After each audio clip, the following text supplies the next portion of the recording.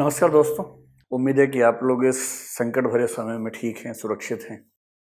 एक देश के तौर पर, एक समाज के तौर पर हम इस समय जिस दौर से गुजर रहे हैं, मेरे ख्याल से वो कम से कम मेरे जीवन के अनुभव का सबसे मुश्किल दौर है। अपने आसपास अपने बहुत सारे परिचितों को, दोस्तों को, अपने से छोटों को तड़पते हुए देखना, मरते हुए देखना, उनकी सहायता करने की पूरी इच्छा होने के बावजूद लगभग कुछ ना कर पाना। एक आध मामले में थोड़ी बहुत मदद आप किसी की कर पाएँ तो कर पाएँ, लेकिन ज़्यादा मामलों में आप किसी की मदद भी नहीं कर पा रहे। और एक ऐसी स्थिति कि जिसमें एक व्यक्ति केवल ऑक्सीजन के लिए, केवल साफ हवा के लिए लड़ता है और राज्य और समाज और सिस्टम उसे ऑक्सीजन देने में भी समर्थ नहीं है।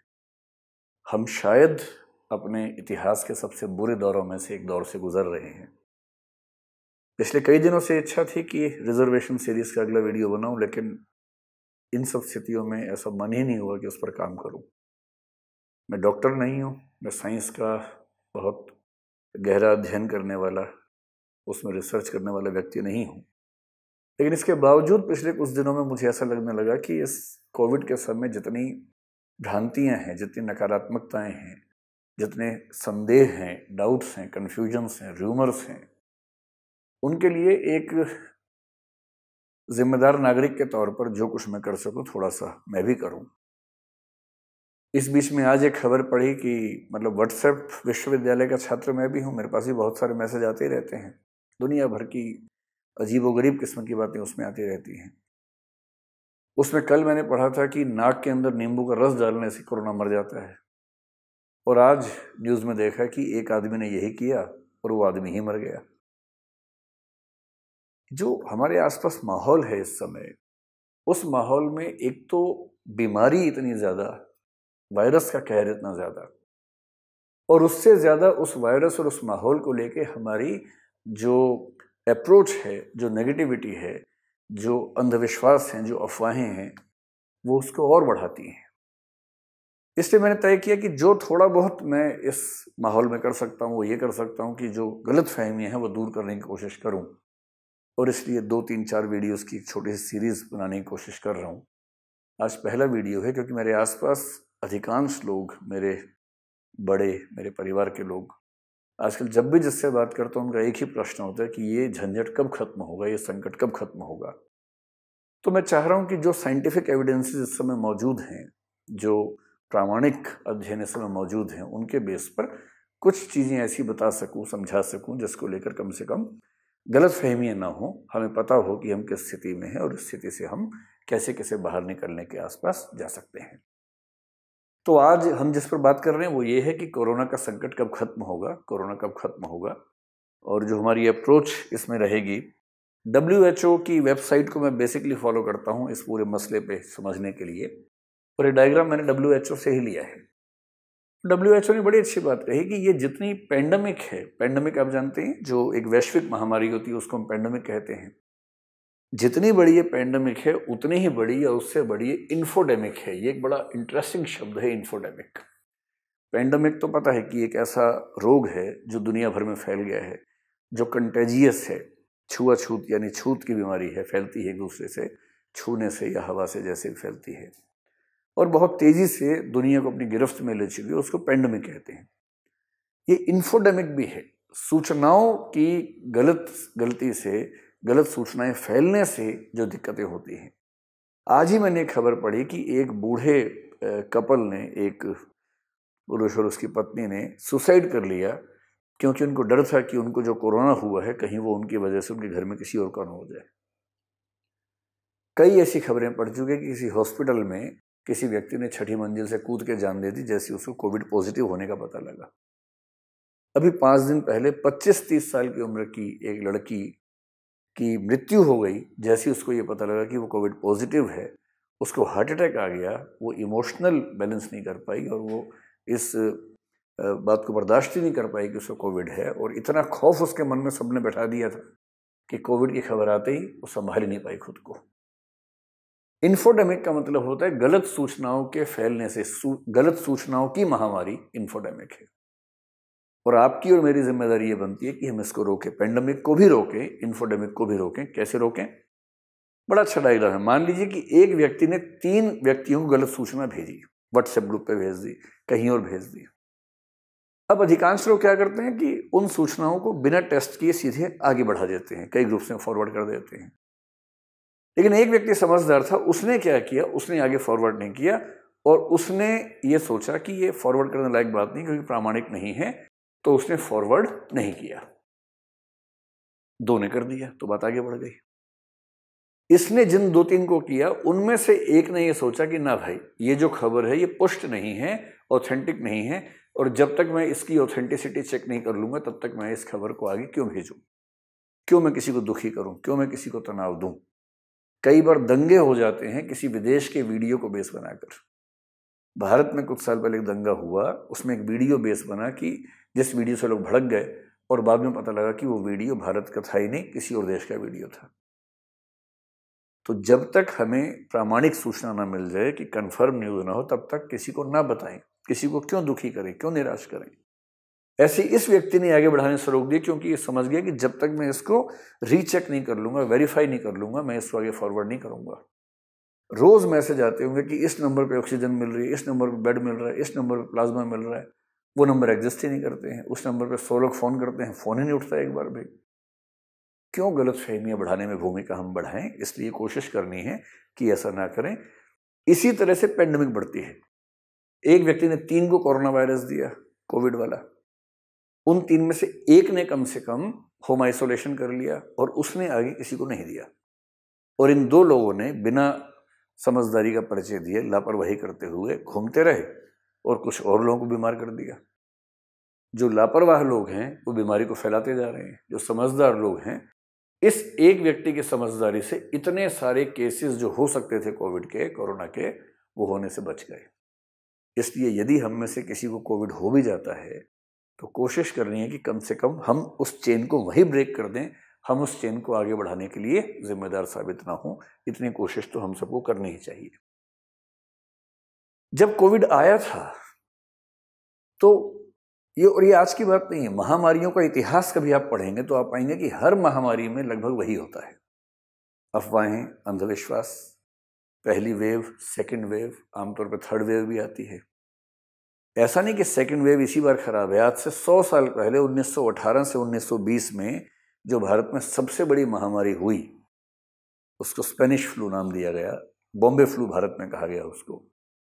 आपको जानकर के आश्चर्य होगा कि उस समय भारत की कुल आबादी 25 करोड़ थी और उसमें से लगभग 1.25 करोड़ व्यक्ति मर गए थे उस महामारी में, यानी कि 6% आबादी मर गई थी। आज के समय में 6% का मतलब होता है करीब 8.5 करोड़ व्यक्ति। और ये भारत की बात है, केवल 100 साल पहले की बात है। और वो भी इन्फ्लुएंजा था, इसी तरह की बीमारी थी।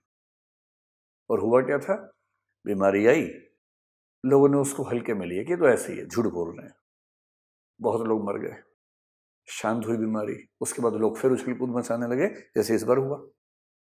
सेकेंड वेव इतनी घातक हुई इस बीमारी की, जो इस बार फिर दिख रहा है हमें 100 साल के बाद।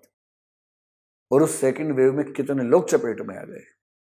कहा जाता है कि महात्मा गांधी भी उसी चपेट में आए, बच गए। हालांकि कुछ लोग कह दिए कि महात्मा गांधी को स्पेनिश फ्लू नहीं हुआ था, उसी समय एक जानलेवा रोग हुआ जिससे वो किसी तरह से बचे। ऐसा लग रहा था कि पता नहीं वो सर्वाइव करेंगे या नहीं, लेकिन बच गए। इस बात पे डिबेट है कि वो स्पेनिश फ्लू था या क्या था, लेकिन ऐसी बातें इतिहास में आती है। और इस बार भी वही तो हुआ। जब बीमारी आई तो व्हाट्सएप विश्वविद्यालय के बहुत सारे महागुरुओं ने अपना अपना ज्ञान का भंडार खोल दिया। कुछ लोगों ने क्या कहना शुरू किया कि कोरोना कुछ नहीं होता, बेकार की बात है। मैंने खुद कुछ व्यक्तियों के मुंह से सुना कि अगर कोरोना है तो हमें दिखाओ, उसका प्रूफ दो। मतलब नहीं दिखता इसलिए है ही नहीं। अब उन्हें कौन समझाए कि वायरस, किसी भी तरह का वायरस सामान्य आंख से कैसे दिखेगा। पर उन्होंने मान लिया अपने आसपास के मूर्खों से बात सुन के, और मूर्खों ने जो ज्ञान दिया वही परम ज्ञान माना उसको। कुछ ने कहा कि भाई इंडिया के लोगों में ऐसी इम्यूनिटी है कि भारत के लोगों को कोरोना फुराना से कुछ नहीं होता है।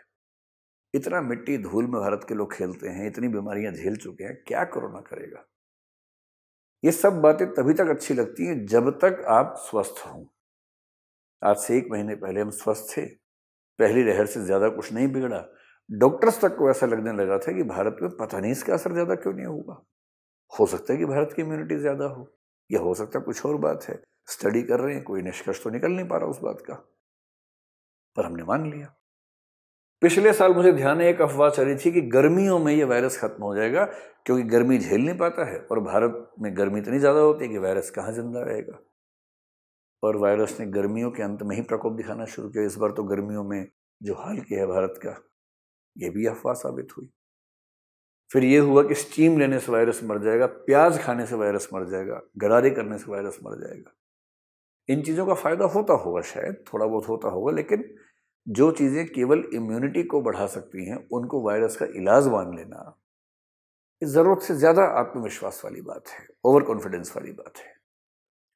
और इसका परिणाम हमने देखा ही है। एक तो मैंने व्हाट्सएप पे ये भी देखा कि कुछ मंत्र भेजे गए कि इन मंत्रों का सुबह शाम पाठ करने से ये कोरोना का वायरस मर जाता है। और मुझे तो बहुत गुस्सा आता है ऐसी बातों पर, बहुत ही गुस्सा आता है। कई बातें मन में आती हैं जो यहाँ बोलना ठीक नहीं है, लेकिन क्या करें, ऐसा है, समाज तो है। इसके बाद सुनने में आया कि ये जरूर कोई बहुत बड़ी साजिश है। एक बात आई कि ड्रग कंपनियों की, दवाई की कंपनियों की साजिश है, इंजेक्शन की कंपनियों की साजिश है, चीन और अमेरिका ने मिलकर साजिश की है। वाह, इंटरनेशनल रिलेशंस को जानने समझने वाले अगर ये बोलने लगे कि चीन अमेरिका ने मिलकर साजिश की है, क्या कहा जाए इसके बाद। और अभी रिसेंटली पिछले 10 दिन से 2-3 लोगों के मैसेज पढ़ चुका हूं, वो कह रहे हैं कोरोना कुछ नहीं है, ये 5G स्पेक्ट्रम का टेस्ट पूरी दुनिया में चल रहा है। और 5G स्पेक्ट्रम जो होता है ना, बहुत ज़्यादा उसमें रेडिएशन होता है, उससे लोग मर रहे हैं। और 5G रेडिएशन को चलाना बहुत ज़रूरी है। अमेरिका ने कहा कि चलाना है इसको, तो अमेरिका के 5G रेडिएशन का प्रयोग भारत में हो रहा है, यहाँ के लोग मर रहे हैं, इसलिए मर रहे हैं ताकि 5G ठीक से चल पड़े। ये जो बेसिर पैर की बातों का साम्राज्य है ना हमारे देश में, वो ज़्यादा घातक है। और जब पिछले 15, 20, 25 दिनों से ऐसा लगने लगा कि चीज़ें संभलेंगी नहीं, मैं ऐसे कई लोगों को जानता हूँ जो ये सब बातें बोल रहे थे, अरे कुछ नहीं होता, अरे स्टीम से हो जाएगा, अरे कुछ नहीं होता, कोरोना वोरोना है तो प्रूफ दिखाओ। उनको हो गया। और जब उनको हो गया, जब लगा कि जिंदगी बचेगी या नहीं बचेगी, और उसके बाद अचानक टेम्परामेंट चेंज हुआ, अचानक नजरिया बदल गया। और अब उनसे बात करो तो कह दें कि अरे भाई बहुत ही खराब बीमारी है, भगवान किसी को ना करवाए, इतना दर्द, इतनी बेचैनी, इतनी तड़प होती है इसमें, किसी को ना करवाए। वही व्यक्ति जो 10 दिन पहले, 20 दिन पहले मास्क को मजाक समझता था, वो स्थिति में है। और इसलिए अब इस बात को समझना जरूरी है कि हम एक पैंडेमिक, एक वैश्विक महामारी के दौर में हैं, और लगभग वही दौर जैसा आज से 100 साल पहले स्पेनिश फ्लू में हुआ था, उतना खतरनाक न साबित हो, इसकी जिम्मेदारी हम पे भी है। ये केवल वायरस का मामला नहीं है, उस वायरस के प्रति समाज ने कैसा रिस्पॉन्स दिया, ये उसकी भी तो जिम्मेदारी बनती है। पहले समझ लीजिए कि वैश्विक महामारी जो होती है, पैंडेमिक जो होती है, उस पैंडेमिक को हम किन अवस्थाओं के रूप में देखते हैं।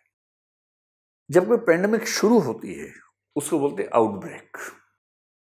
जब वो बढ़ जाती है तो एपिडेमिक हो जाती है, और जब एपिडेमिक के लेवल से भी बढ़ जाती है तो पैंडेमिक हो जाती है। और ये WHO की परिभाषाएं होती हैं। WHO यानी कि वर्ल्ड हेल्थ ऑर्गेनाइजेशन, ये डिफाइन करती है कि अब किस बीमारी को क्या माना जाएगा। लेकिन इन तीनों स्टेजेस में, तीनों अवस्थाओं में जो कॉमन है वो 3 बातें हैं। पहली बात, नोवेल पैथोजन होना चाहिए। पैथोजन का मतलब होता है रोग फैलाने वाला कीटाणु या रोगाणु समझ लीजिए। वायरस भी हो सकता है, बैक्टीरिया भी हो सकता है, वो फंगी भी हो सकती है, वो कोई पैरासाइट भी हो सकता है, जैसे मलेरिया का मच्छर हुआ। कुछ नया रोग फैलाने वाले जितने तत्व हमारे आसपास से, जितने रोगाणु हमारे आसपास से, वो तो थे ही।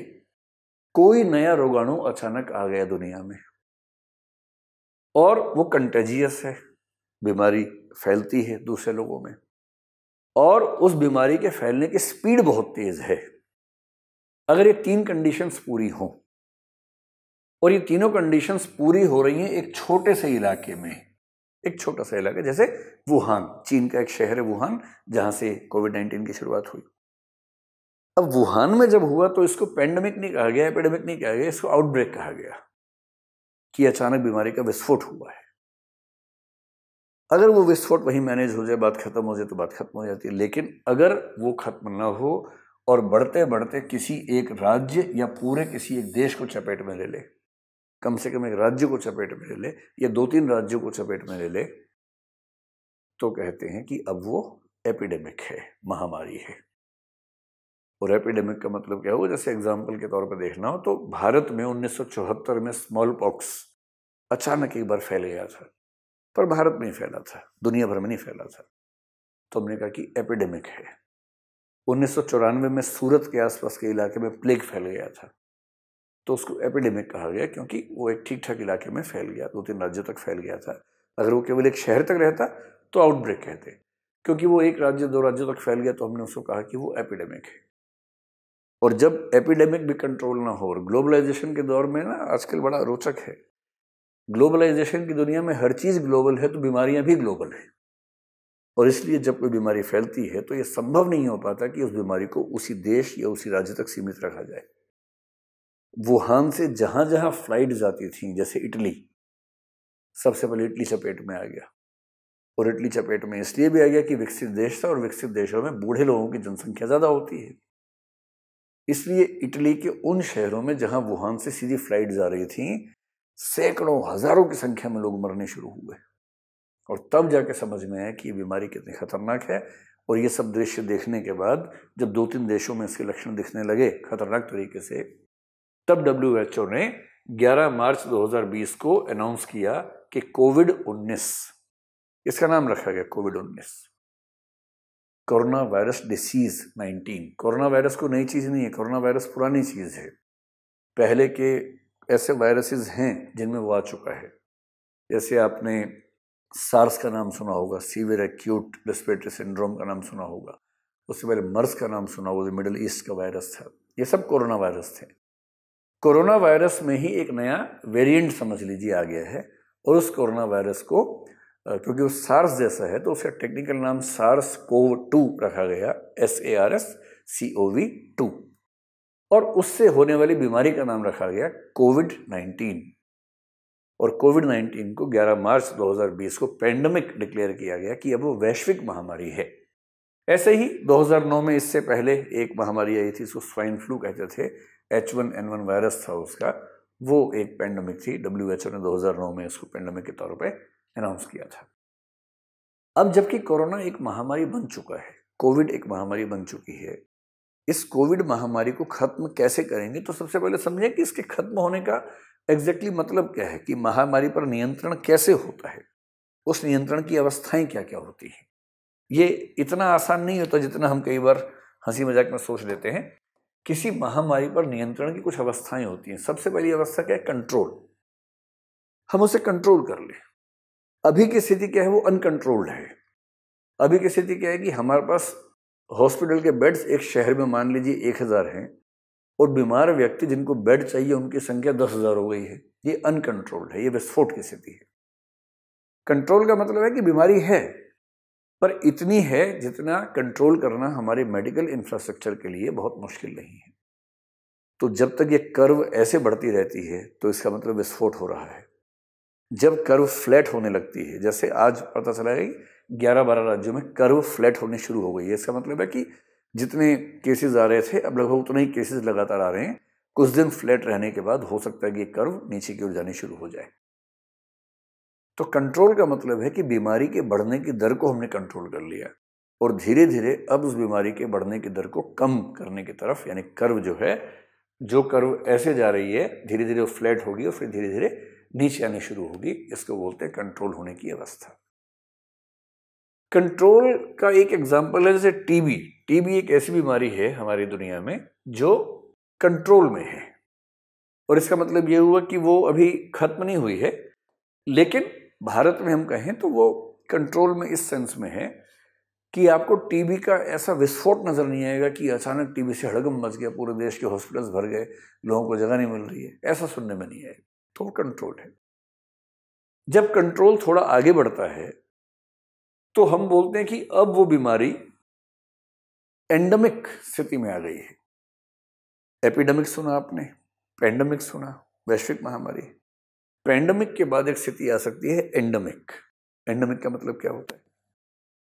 एंडेमिक का मतलब है कि कोई बीमारी एग्जिस्ट करती है समाज में, लेकिन एक बेस लाइन लेवल पर है। ये जो बेस लाइन का मतलब है, इसका मतलब जो एक न्यूनतम स्तर एक्सेप्टेबल है, स्वीकार किया जा सकता है, उतने स्तर पे वो लगातार बनी हुई है।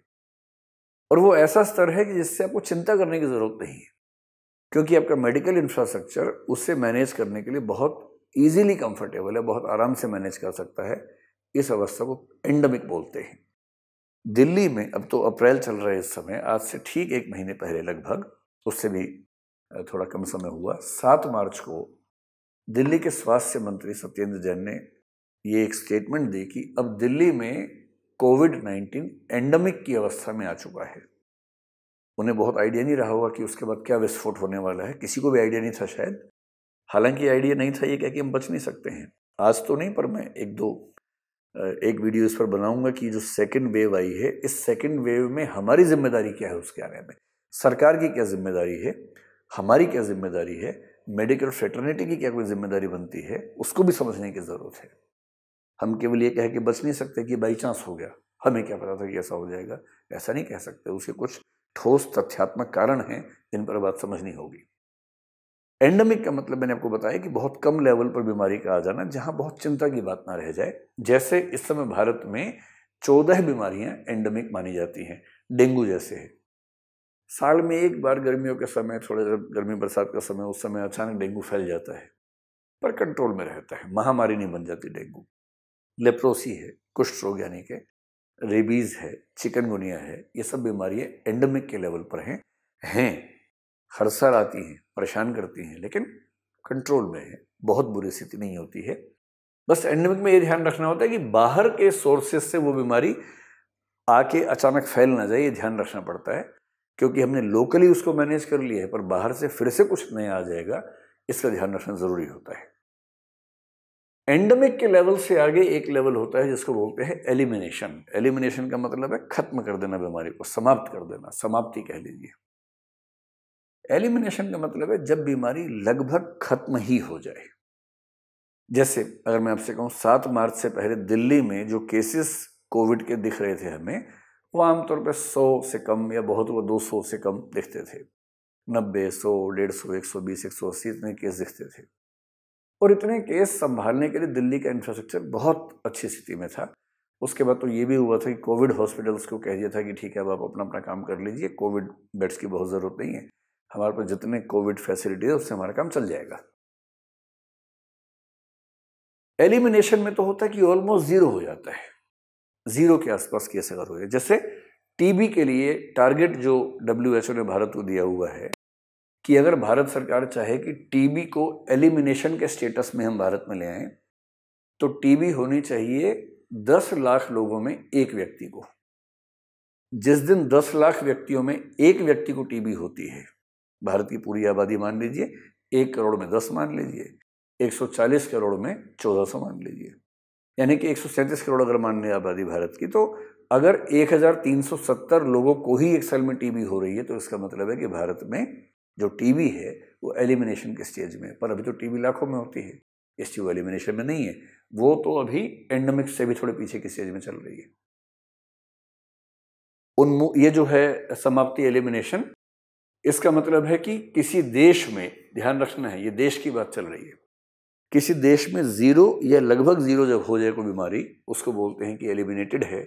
लेकिन इसके बावजूद लगातार प्रयास करना पड़ता है, शांत नहीं हो सकते हैं। और इसका अच्छा एग्जाम्पल भारत में है पोलियो। हमने पोलियो को लगभग खत्म कर दिया। 2010 में भारत सरकार ने कहा कि भाई पोलियो हमारे से खत्म हो गया। उसके बाद 2014 में WHO ने हमें सर्टिफिकेट दिया कि हाँ, पोलियो एलिमिनेटेड है। और क्योंकि हमने अपने देश में पोलियो को समाप्त कर दिया पूरी तरह से, तो हम पोलियो फ्री कंट्री बन गए, क्योंकि एलिमिनेशन हो गया है। इरेडिकेशन यानी कि उन्मूलन, इससे भी अगली अवस्था है, जिसका मतलब होता है जब कोई बीमारी ग्लोबल लेवल पर जीरो हो जाए। जीरो का मतलब जीरो या लगभग जीरो, नहीं के बराबर, दुनिया से ही खत्म हो जाए। और दुनिया से खत्म होने का एक मतलब ये भी होता है कि वो परमानेंटली खत्म हो जाए, टेम्परेरी नहीं, परमानेंटली ही खत्म हो गई। और इरेडिकेशन अपने आप नहीं होता है, ये हमेशा डेलिबरेट एफर्ट से होता है, बहुत प्रयास सरकारें करती हैं, उसके बाद होता है। और दुनिया के इतिहास में एक ही बीमारी अब तक मानी जाती है, मतलब घोषित रूप से, एक आध को लेके और कुछ लोग कहते हैं, लेकिन घोषित रूप से दुनिया के इतिहास में एक ही बीमारी है जो इन्फेक्शियस कंटेजियस डिसीज थी और खत्म हो गई है, वो है स्मॉल पॉक्स। आज तक का इतिहास ये है कि जो बीमारियां आई, जो वायरस आए, जो बैक्टीरिया आए, अगर टीबी का बैक्टीरिया आ गया, अगर कोरोना का वायरस आ गया, अगर मलेरिया का मच्छर आ गया, अगर नेल इन्फेक्शन के लिए फंगी आ गई, पैदा हो गई, तो दुनिया का इतिहास ये है कि ये जो पैथोजेंस हैं, जो रोगाणु हैं, ये खत्म नहीं होते हैं, ये हमारे साथ रहते हैं। बस हाँ, आते हैं तो तूफान मचाते हैं, तबाही मचाते हैं, धीरे धीरे हम इनके साथ एडजस्ट कर लेते हैं, एकोमोडेट कर लेते हैं, और उसके बाद एक अजीब सा संबंध बना रहता है। थोड़ा वो परेशान करते हैं, हम मैनेज कर लेते हैं, इस तरह से मामला चलता है। दुनिया के इतिहास में एक बीमारी है जिसको दुनिया भर की सरकारों ने मिलकर, WHO ने विशेष रूप से मेहनत करके दुनिया से जड़ से खत्म किया है, जिसका नाम क्या है? स्मॉल पॉक्स है। स्मॉल पॉक्स में एक ज़माने में यूरोप जैसे देशों में, यूरोप के बहुत सारे देशों में ठीक ठाक आबादी 10, 20, 30% तक आबादी मर जाया करती थी। और तब 18वीं सेंचुरी के एंड में एक डॉक्टर हुए, एडवर्ड जेनर नाम के, कई लोग थे, इनका नाम ज़्यादा प्रसिद्ध हुआ। इन्होंने इसकी वैक्सीन बनाई, जो पहली वैक्सीन मानी जाती है दुनिया के इतिहास में। और वो वैक्सीन बनने के लगभग 200 साल के बाद, 1977 से 1980 के बीच में मानते हैं कि स्मॉल पॉक्स दुनिया से खत्म हुआ। हालांकि उसके बाद भी एक बार फिर से छोटा सा आउटब्रेक हुआ था उसका अफ्रीका में, लेकिन वो नेग्लिजिबल था। तो अभी भी मानते हैं कि स्मॉल पॉक्स दुनिया के इतिहास से खत्म हो चुका है, एक ही बीमारी है। इसका मतलब है कि बीमारी को खत्म करने, कंट्रोल करने की जो अवस्थाएं हैं, एक अवस्था है कंट्रोल कर लेना, एक अवस्था है कंट्रोल इतना कर लेना कि एंडेमिक होकर रह जाए, एक अवस्था है कंट्रोल इतना करना कि एक देश से खत्म ही हो जाए, अगला है कि इतना कंट्रोल करो कि दुनिया भर से ही खत्म हो जाए, एक भी केस ना बचे, इरेडिकेशन हो जाए।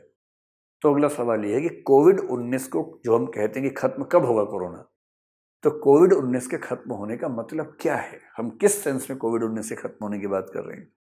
क्या हम ये चाह रहे हैं कि कोविड-19 इरेडिकेट हो जाए, दुनिया भर से हो जाए? अगर हम ये चाह रहे हैं तो ये होना मुमकिन नहीं है फिलहाल, कम से कम अगले कई साल तक, 10, 20, 50, 100 साल तक भी मान के चलिए मुमकिन नहीं है। ये दुनिया से खत्म नहीं होने वाला है, ऐसी कल्पना करना व्यर्थ है। क्यों खत्म नहीं होने वाला है? एक तो इंटरनेशनल कोऑपरेशन है नहीं, इतनी वैक्सीन्स है नहीं कि हम दुनिया भर को लगा सकें।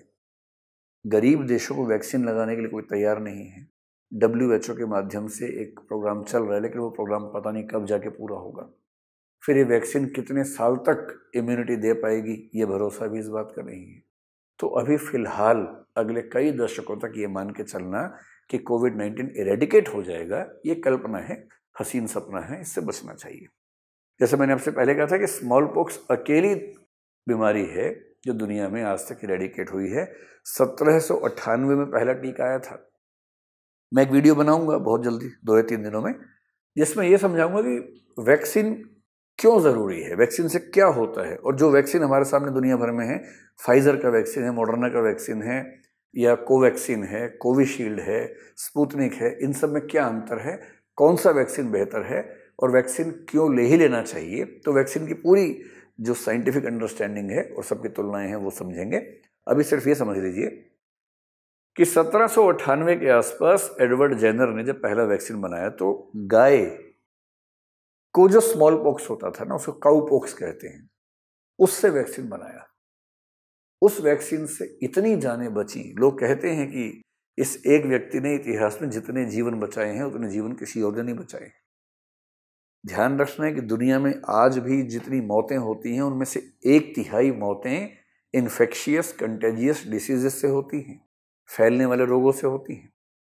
और फैलने वाले रोगों से बचने का दरअसल एक ही उपाय है, वैक्सीन, टीका, और कुछ नहीं। और इस व्यक्ति ने टीके की शुरुआत की। अब इस पे डिबेट है, कुछ लोग मानते हैं कि टर्की में जो कुस्तुनतुनिया वाला इलाका है उसमें पहले से वैक्सीन का प्रयोग हो रहा था। कुछ लोग मानते हैं और इलाकों में भी, एशिया में दिखता था। लेकिन फिलहाल जो आधुनिक वैक्सीन्स वाला इतिहास है उसमें इन व्यक्ति का बड़ा महत्व है। हम इस डिबेट में कभी और चले जाएंगे कि इतिहास सही लिखा है या नहीं लिखा है, लेकिन यह है कि स्मॉल पॉक्स की वैक्सीन जब इन्होंने बनाई तब भी लगभग 200 साल लगे दुनिया से स्मॉल पॉक्स को इरेडिकेट होने में। क्या हम ये सोच रहे हैं कि कोविड एलिमिनेट हो जाएगा भारत से, एकदम खत्म हो जाएगा, जीरो हो जाएगा? नहीं, नहीं हो पाएगा। क्यों नहीं हो पाएगा? 0 से 18 साल के बच्चों को हम वैक्सीन लगा ही नहीं रहे, क्योंकि वैक्सीन उनके लिए बना भी नहीं है अब तक। अमेरिका में भी नहीं बना है। अमेरिका की आबादी में 24% लोग हैं जो 18 साल से कम उम्र के हैं। भारत की आबादी में 33% लोग हैं जो 18 साल से कम उम्र में हैं। उनके लिए वैक्सीन है ही नहीं। एलिमिनेशन का मतलब है पूरे देश में एक भी केस ना बचे, या एक आध 10 लाख में एक आध केस बचे। हम 33% आबादी को वैक्सीन लगाने की स्थिति में ही नहीं है, तो कैसे एलिमिनेट हो जाएगा? दूसरा, हमारे यहाँ जो वैक्सीनेशन है वो वॉलंटरी है, स्वैच्छिक है। आप लगवाना चाहें टीका तो लगवा लें, ना लगवाना चाहें तो ना लगवाएं, कोई बाध्य नहीं करेगा, आपकी मर्जी का मामला है। तो ऐसे लाखों लोग हैं, करोड़ों लोग हैं जो वैक्सीन नहीं चाहते। आज से 1 महीने पहले मैं ऐसे कई लोगों को मिला, कई लोगों से मेरी बात हुई जिन्होंने कहा कि वैक्सीन नहीं लगवाएंगे, वैक्सीन में हमें इंटरेस्ट नहीं है, वैक्सीन बुरा होता है, अच्छा होता है। पिछले 10 दिन में उनमें से अधिकांश ने वैसे तो लगवा लिए है डर के मारे, लेकिन हाँ, ऐसे लोग और भी होंगे जो वैक्सीन नहीं लगवाना चाहेंगे, उनको किसी वजह से दिक्कत है। तो एलिमिनेट भी नहीं होने वाला है। तो क्या होने वाला है? हम ज्यादा से ज्यादा ये कल्पना कर सकते हैं कि हम कोविड-19 को कंट्रोल कर लें, और कंट्रोल करने का मतलब है उसको एंडेमिक के लेवल पर ले आएं। ध्यान रखना है, एंडेमिक का मतलब बीमारी होगी, पर बीमारी इतनी मात्रा में होगी जितनी मात्रा में उसे कंट्रोल करने के लिए मेडिकल इंफ्रास्ट्रक्चर परफेक्टली इक्विप्ड है, पूरी तरह से तैयार है। कोविड से जितनी मौतें हो रही हैं, अगर मेडिकल इंफ्रास्ट्रक्चर होता तो शायद उनमें से 10% मौतें भी ना होती। ध्यान रखिए, कम से कम 90% मौतें प्राकृतिक नहीं हैं। 90% मौतें सिस्टम के फेलियर से हैं, राज्य के फेलियर से हैं। अगर हमारा सिस्टम बहुत मजबूत होता तो जितने लोग मर रहे हैं उनमें से 90% बच जाते, क्योंकि अगर ऑक्सीजन बेड्स पहले से अवेलेबल होते, क्योंकि अगर एक्सरे और HRCT जो सीटी मशीन है वो हमारे पास पर्याप्त रूप से हर गांव कस्बे में होती। जो गांव और में कुछ लोग ये भी कह रहे हैं कि इतनी ऑक्सीजन लगा देंगे तो बाद में कैसे काम आएगी, इतने बेड बनाएंगे तो बाद में कैसे काम आएंगे। शर्म आनी चाहिए ऐसी बात कहते हुए। दुनिया में लगभग 160 देशों में लगभग 155वें नंबर पे हम लोग हैं मेडिकल इंफ्रास्ट्रक्चर में। 1 लाख की आबादी में 300 बेड के हॉस्पिटल की रिक्वायरमेंट मानी जाती है दुनिया भर में। हमारे पास 50 की स्थिति है, 1/6 लेवल पे है। बांग्लादेश में 80 है, हमसे ज्यादा, डबल के आसपास है, या कम से कम 1.5 गुना से ज्यादा है। इसलिए अगर कोई आपसे ये कहे कि अगर इतना इंफ्रास्ट्रक्चर बना देंगे तो बाद में क्या होगा, बाद में तो रिक्वायरमेंट रहेगी नहीं, मत मानिए इस बात को।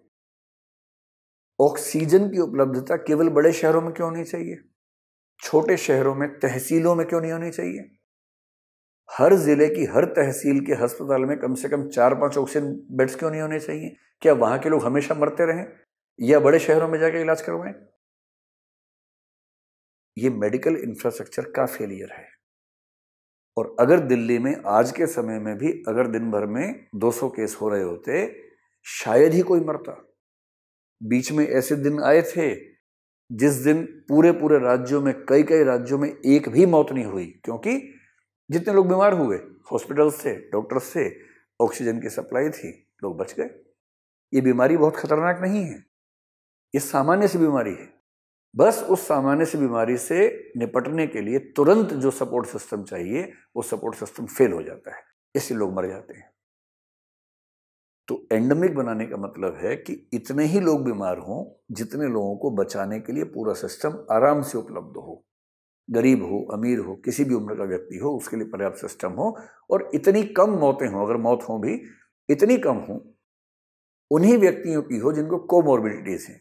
भाई किसी को शुगर बहुत हाई लेवल पे था, बीपी बहुत हाई लेवल पे था, कैंसर की दिक्कत थी बहुत सीरियस लेवल पे, इम्यूनिटी इन लोगों की बहुत कम हो जाती है, और क्योंकि इम्यूनिटी कम है इसलिए वो उस रोग से लड़ नहीं पा रहे, इसलिए मौत हो गई। तो समझ में आता है, क्योंकि ये वो लोग हैं जिनकी इम्यूनिटी कम होने से किसी और बीमारी से भी उनकी मृत्यु हो सकती थी। इसलिए इसमें जिम्मेदारी राज्य की नहीं है, मेडिकल इंफ्रा की नहीं होगी उतनी, पर यदि कोई स्वस्थ व्यक्ति मर जाए तो ये बड़ी चिंता की बात है, और इसका मतलब है कि हम एक सिस्टम के तौर पे फेल हुए हैं। ये मेरा आरोप किसी पार्टी पे नहीं है, किसी सरकार पे नहीं है, क्योंकि चाहे केंद्र सरकार हो चाहे राज्यों की सरकारें हों, सभी फेल हुई हैं। सोसाइटी के तौर पे हम ही फेल हुए हैं। हम बात करेंगे, सोसाइटी की बात भी करेंगे थोड़ी देर में। इस एंडेमिक के लेवल पर लाने का एक ही तरीका होता है, और वो शब्द आपने खूब सुना हुआ इस बीच में, और उस तरीके का नाम होता है हर्ड इम्यूनिटी। हर्ड इम्यूनिटी के लिए और भी शब्द चलते हैं, जैसे पॉपुलेशन इम्यूनिटी कहते हैं, हर्ड प्रोटेक्शन भी कह देते हैं, पॉपुलेशन प्रोटेक्शन भी कह देते हैं, लेकिन जो सबसे कॉमन शब्द इसके लिए चलता है वो है हर्ड इम्यूनिटी। तो अब समझते हैं, अभी तक की बात जो समझ में आई कि हम इस बीमारी को इरेडिकेट नहीं कर सकते, दुनिया से खत्म नहीं कर सकते, भारत से खत्म यानी कि एलिमिनेट भी नहीं कर सकते, हम इसे केवल कंट्रोल कर सकते हैं। और कंट्रोल करने का सबसे अच्छा लेवल क्या है? इसको एंडेमिक बना दें। एंडेमिक बनाने का मतलब इतनी कम संख्या रह जाए जितना हम आराम से मैनेज कर लें। और एंडेमिक तो कैसे बनेगी? हर्ड इम्यूनिटी से बनेगी। हर्ड इम्यूनिटी क्या होती है? कंसेप्ट को समझ लीजिए, क्या है हर्ड इम्यूनिटी।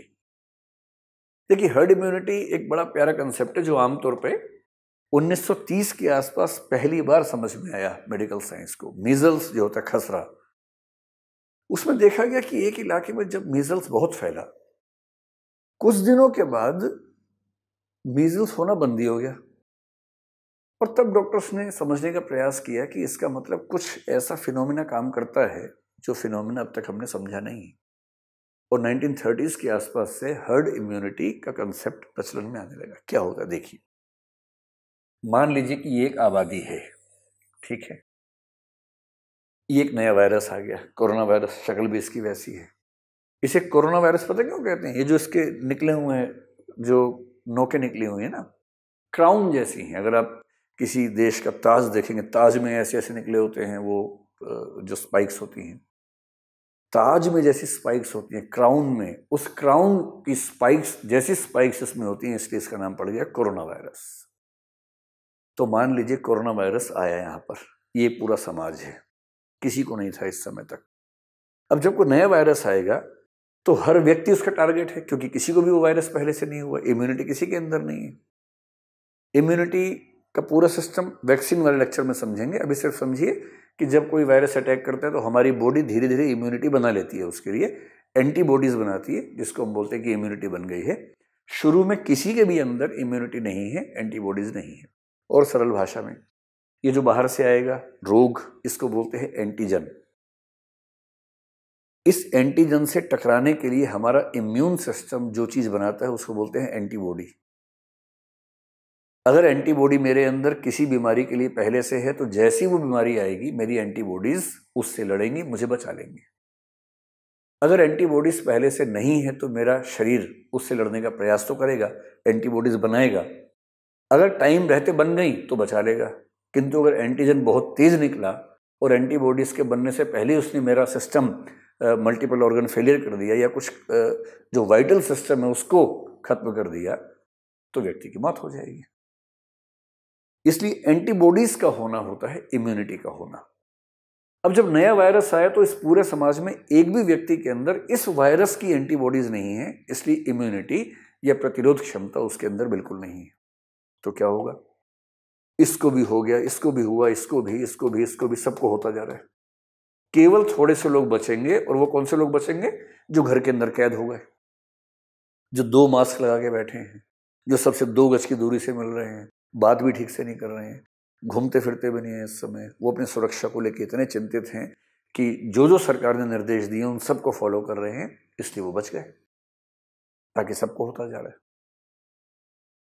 अब मान लीजिए कि पहली लहर है, अब दूसरी लहर आ गई। अब दूसरी लहर में ये उसी और बड़ा ग्रुप समझ लीजिए, ये जो ग्रे वाले लोग हैं ना, ये वो हैं जिनको पहले हो चुका है। अब क्योंकि इनको तो पहले हो ही चुका था।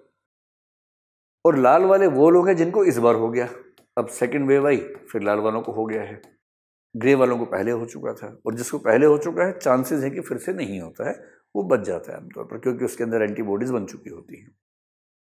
अब इस बार क्या हुआ कि ये 4 लोग बच गए, क्योंकि ये लोग बहुत सेफ रहने वाले लोग थे, इसलिए बच गए।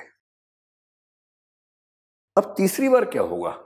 जब तीसरी बार वायरस अटैक करेगा या तीसरी लहर आने लगेगी, तो समाज में अधिकांश लोग वो हैं जिनको पहले हो चुका है, ये ग्रे वाले सारे वो हैं जिनको पहले हो चुका है।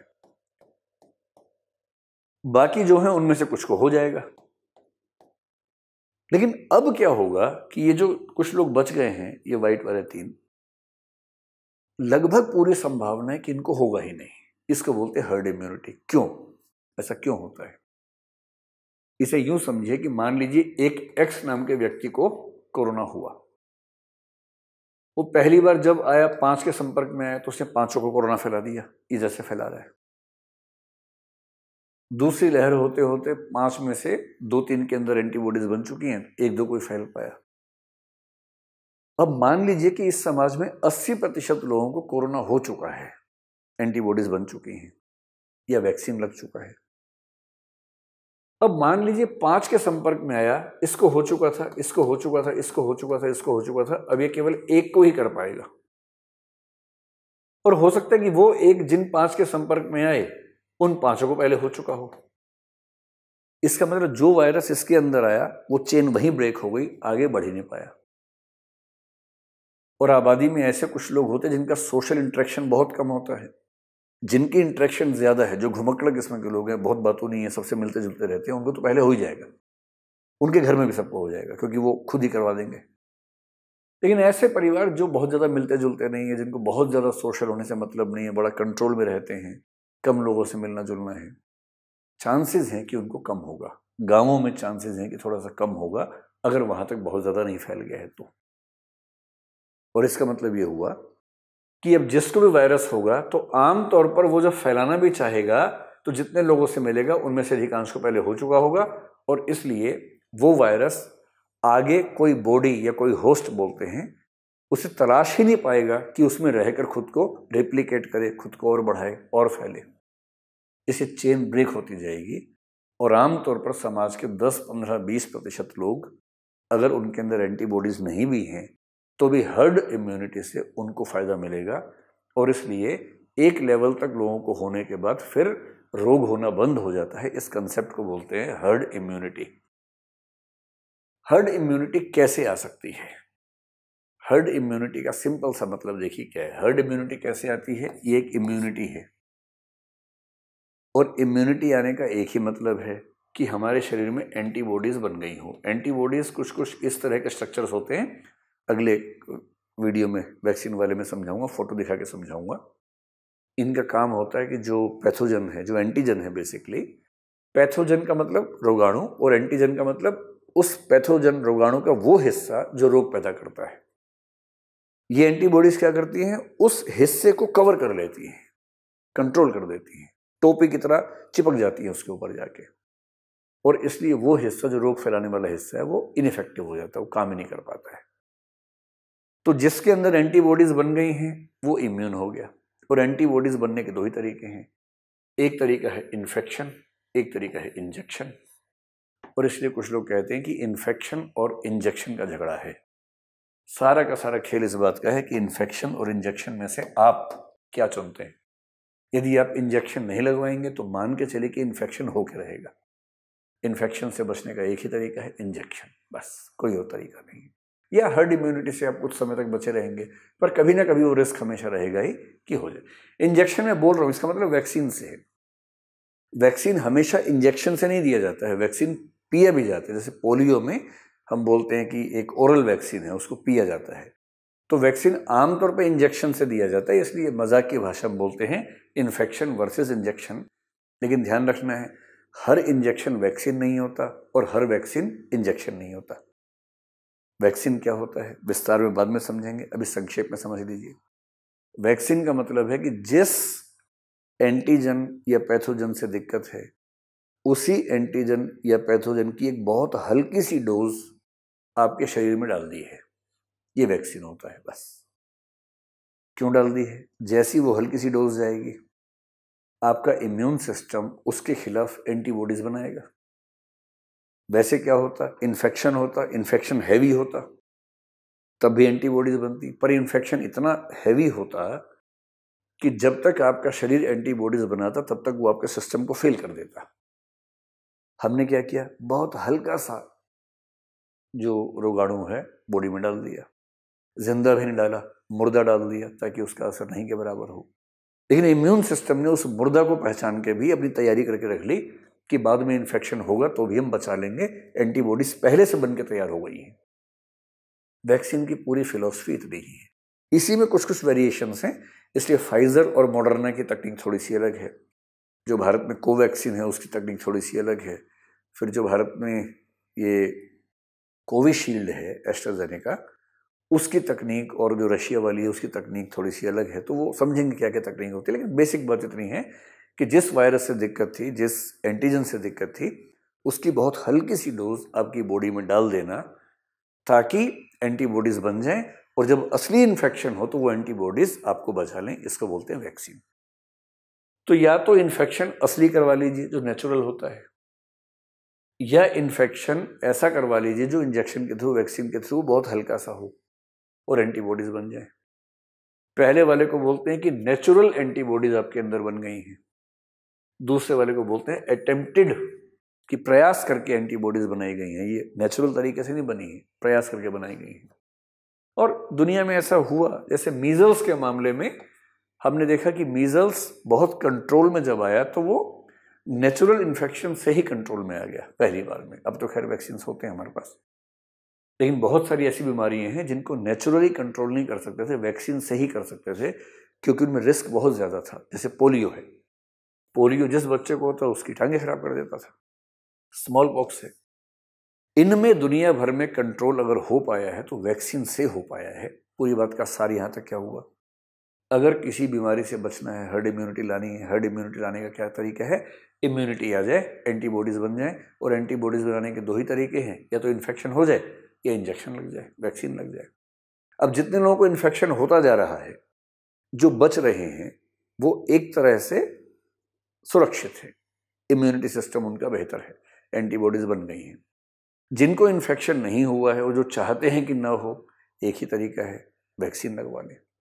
जिनको हो गया है उनके लिए भी अच्छा है कि वैक्सीन लगवा लें इन्फेक्शन से ठीक होने के बाद, क्योंकि उससे उनकी इम्यूनिटी और बेहतर हो जाएगी। और जिनको नहीं हुआ है उनको तो जान बचानी है। आज के माहौल में जिंदा रहने का अकेला तरीका है कि वैक्सीन लगवा लीजिए। अगर एक वैक्सीन लगी है तो 99.7 या 0.6% चांसेस हैं कि आप बच जाएंगे। दोनों वैक्सीन लगी हैं तो चांसेस थोड़े से और बढ़ा लीजिए कि बच जाएंगे। वैक्सीन का ये फायदा होता है। मेरी कल ही 2 डॉक्टर से बात चल रही थी, 2 अच्छे डॉक्टर्स हैं, इसी पे 1 साल से काम कर रहे हैं। मैंने उनसे पूछा, तथ्य चेक किए, मैंने कहा भाई ये बताओ तुम लोग कि वैक्सीन जिनको लगा था, एक वैक्सीन, उनमें से कितने लोग आईसीयू में गए, और जिनको दोनों लगे थे उनमें से कितने लोग गए।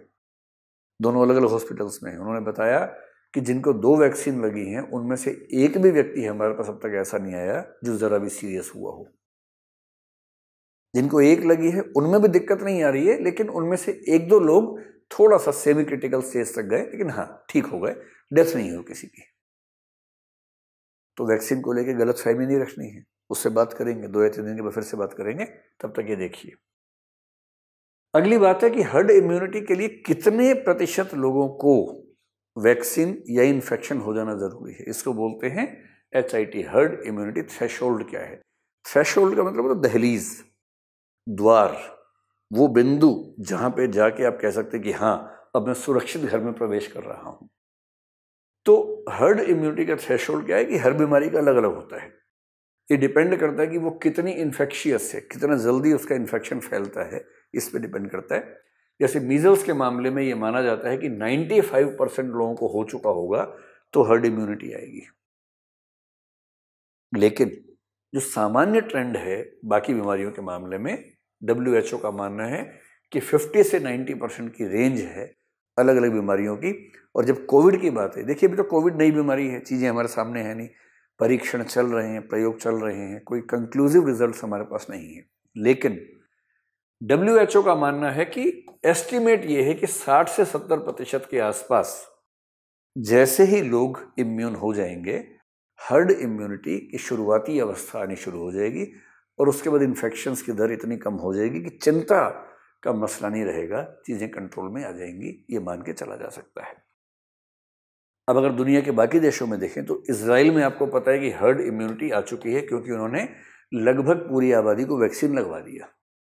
अब सबको ही वैक्सीन लग गया, दोनों डोज लग गई अगर, तो उसके बाद अब तो वो कह रहे हैं कि मास्क की भी जरूरत नहीं, आराम से घूमो, फ्री होकर घूमो। क्यों? किसी को होगा ही नहीं। और अगर 2-4 लोग मान लीजिए बाहर से आए या किसी एक आध को रह गया, अगर हो भी गया तो जैसी 1 से 2 को होगा, 2 से 3 को होगा, पता लग जाएगा। अच्छा, दूसरे तीसरे को भी होगा क्या? क्योंकि वैक्सीन लगी हुई है, बाकी लोगों को पता भी नहीं चलेगा, एसिम्प्टोमेटिक रहेंगे। और अगर हुआ भी तो इतना हल्का होगा कि चिंता की बात नहीं है, डॉक्टर्स हैं, मेडिकल इंफ्रा है, उसको बचा लेंगे। इससे नॉर्मल स्थिति हो गई। यूरोप को लेकर अभी 2 दिन पहले एक बहुत बड़ी दवाई की कंपनी के मालिक ने घोषणा की है कि अगस्त में यूरोप के सभी देशों में हर्ड इम्यूनिटी आ जाएगी। अगस्त 2020 में, सॉरी 21 में जो चल रहा है अभी। अमेरिका की सरकार दावा कर रही है कि हम लोग इन गर्मियों में काम पूरा निपटा लेंगे, और 4 जुलाई को जो उनका राष्ट्रीय स्वाधीनता दिवस वो लोग मनाते हैं, तो उनका मानना है कि 4 जुलाई तक हम इससे मुक्त हो जाएंगे, इससे स्वाधीनता प्राप्त कर लेंगे। ऐसी बातचीत आजकल अमेरिका में चल रही है। दिक्कत किसी आएगी? अफ्रीका को आएगी। उनके पास न तो वैक्सीन है, न वैज्ञानिक उतने हैं, न वैक्सीन बनाने वाले लोग हैं, न वैक्सीन खरीदने के लायक उतने फाइनेंशियल रिसोर्सेज अधिकांश देशों में, अफ्रीका में। इसलिए क्या होगा, जब सारे देश अपने अपने आप को सुरक्षित कर लेंगे, उसके बाद अफ्रीका को वैक्सीन देंगे तो देंगे। इसलिए अफ्रीका में हर्ड इम्यूनिटी सबसे बाद में आएगी। और अब सवाल है कि भारत की क्या स्थिति है, तो भारत को देख लेते हैं। एक शब्द होता है सीरो सर्वे, आपने सुना होगा कुछ दिनों में। सीरो सर्वे क्या है? सीरोलॉजिकल सर्वे बोलते हैं। और ये करता कौन है? ICMR करता है। भारत में, हर देश में होता है। हम भारत की बात करें तो भारत में कौन करता है? Indian council of medical research, जो इन कामों के लिए है। सीरोलॉजिकल सर्वे का मतलब है, सीरोलॉजी का मतलब है जो इम्यूनिटी है, एंटीबॉडीज है, उनका अध्ययन करना, कि आपके शरीर में कौन कौन सी एंटीबॉडीज हैं, इनके अध्ययन को बोलते हैं सीरोलॉजिकल स्टडी। तो जब भी कोई ऐसा रोग फैलता है, महामारी फैलती है, तो हर देश की सरकार क्या करती है? एक स्टडी करती रहती है हर कुछ महीने के बाद, जिससे ये पता लगता है कि लगभग कितने लोगों को इम्यूनिटी आ चुकी है। तो ये जो सैंपल लेते हैं, लगभग 25 से 30 हज़ार लोगों का सैंपल लेते हैं पूरे देश के लिए, हर इलाके से कुछ कुछ लोग, हर उम्र के, कुछ शहरों के, कुछ गांवों के, इस तरह से लेते हैं। शहरों में भी जो स्लम में रहते हैं उनका, और जो बड़े मतलब अमीर इलाकों में या हाई राइज बिल्डिंग में रहते हैं, कुछ सैंपल उनके लेते हैं, ताकि एक डिफ्रेंशिएटेड सैंपल मिले और जिससे एक सही तस्वीर पता लग सके। नेशनल लेवल पर 3 सीरो सर्वे हो चुके हैं। एक हुआ था जून 2020 में जब शुरू हुई थी बीमारी, तभी। एक हुआ अगस्त सितंबर में, तीसरा लेटेस्ट हुआ दिसंबर और जनवरी 2021 की शुरुआत में। वैक्सीनेशन शुरू होने से एकदम पहले की बात है ये। यानी ये वो लोग हैं जिनको इस वायरस का हमला हुआ था, इन्फेक्शन हुआ था। पहली बार में 0.73% रिजल्ट है, दूसरी बार में 6.6। ये 10 साल से ऊपर की उम्र के लोग हैं। जो तीसरा सीरो सर्वे नेशनल हुआ, इसमें 21.4% लोग ऐसे मिले जिनके अंदर एंटीबॉडीज बन चुकी थी। ये सर्वे बहुत प्रामाणिक नहीं होता है। 137 करोड़ की आबादी को यदि आप केवल 28,000 सैंपल्स के बेस पे जज करना चाहें, तो इसमें हमेशा ये खतरा होता है कि ये संख्या बहुत प्रामाणिक ना हो। ये खतरा हमेशा होता है, लेकिन एक मोटा मोटा अंदाजा लग जाता है कि भाई हमारे देश में 21.4% के आसपास आबादी ऐसी है जिसे इन्फेक्शन हो चुका है, यानी उनके अंदर एंटीबॉडीज बन चुकी हैं और आगे उनका खतरा थोड़ा सा कम हो जाता है। खत्म तो नहीं होता, कम हो जाता है। राज्यों में भी होता है सर्वे, जैसे दिल्ली में ऐसे 6 सर्वे, 5 हो चुके हैं, 6ठा भी होने वाला है। दिल्ली के 5वें सर्वे की रिपोर्ट है कि 56% लोगों को एंटीबॉडीज बन चुकी हैं। और इसका मतलब है कि दिल्ली में अगर 56% हो चुका है, और अभी की जो वेव है इसमें बहुत लोगों को हो रहा है, तो इस वेव के बाद और 2-3 महीने के वैक्सीनेशन के बाद हो सकता है कि दिल्ली में वो करीब 70% के आसपास के लेवल आए, और कम से कम दिल्ली में ये मान लिया जाए कि अब यहाँ पर हर्ड इम्यूनिटी आने का लेवल बनना शुरू हो गया है। अलग अलग राज्यों में अलग अलग समय पे आएगा, अलग अलग देशों में अलग अलग समय पे आता है, ठीक वैसे राज्यों के स्तर पे भी होता है। अब सीरो सर्वे तो ये बता रहे हैं कितने लोगों को ऐसा हो चुका है। अब हमारे पास एक तरीका है, या तो हम अपनी पूरी आबादी को छोड़ दें कि इन्फेक्शन होता रहेगा, जो मरेंगे मरेंगे, जो बचेंगे उनके अंदर इम्यूनिटी आ जाएगी, या तो ये कर लें, गरीब देशों के पास कोई ऑप्शन ही नहीं होता है। लेकिन ज़्यादा सेंसिबल तरीका, सेंसिटिव तरीका, समझदार तरीका ये है कि हम जितने भी लोग हैं उनको वैक्सीन लगा के पहले से उनको तैयार कर दें। हम इंसानों को गिनी पिग की तरह इस्तेमाल ना करें, उनको एक्सपेरिमेंट के लिए इस्तेमाल ना करें, और पहले से उनका प्रतिरोधक तंत्र मजबूत रहे, इम्यून सिस्टम मजबूत रहे एंटीबॉडीज के साथ, ताकि जैसे ही हमला हो वो उस हमले से अपने आप को बचा सके। अब देखिए, भारत की जो पॉपुलेशन है, 18 साल तक की आबादी जो भारत में है वो 33% है, 45 करोड़। इसे वैक्सीन लगना ही नहीं है, क्योंकि वैक्सीन बना भी नहीं है। हालांकि सीरो सर्वे बता रहा है कि 25.7% ये वाले जो बच्चे हैं इनको भी कोविड हो चुका है और एंटीबॉडीज बन चुकी हैं।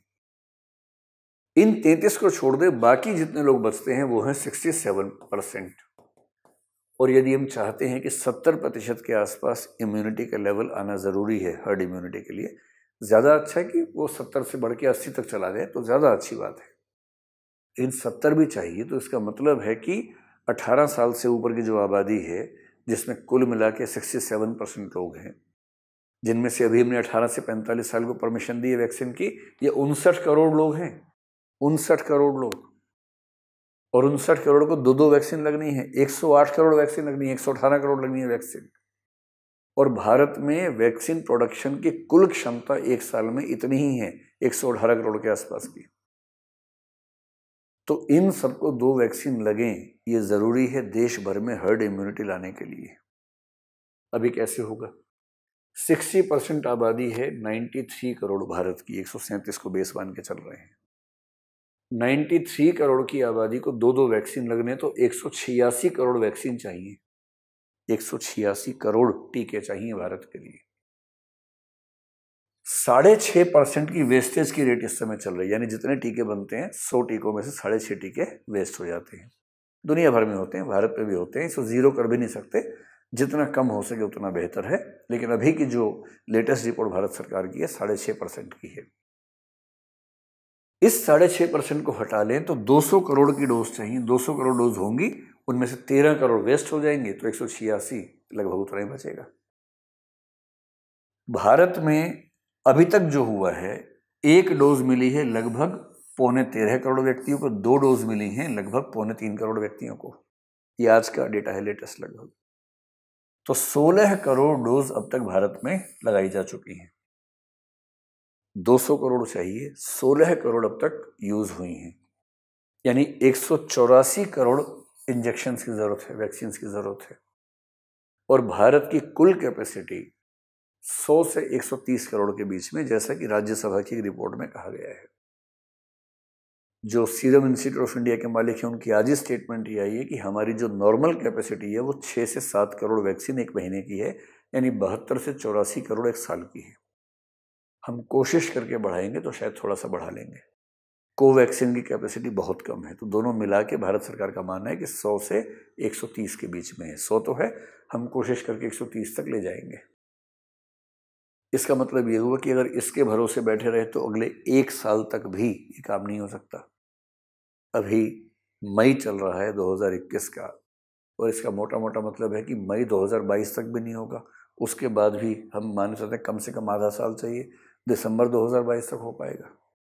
तो इसका एक ही तरीका है कि हम इंपोर्ट भी करें, और भारत ने इंपोर्ट करना शुरू कर दिया। स्पुतनिक जो रशिया की वैक्सीन है वो आ रही है, और उसकी बहुत जल्दी पहली खेप आने वाली है। पर इंपोर्ट भी ऐसा नहीं है कि दुनिया में बहुत बड़ी मात्रा में चीज़ें उपलब्ध हैं, आपको बस जाके खरीद लेना है।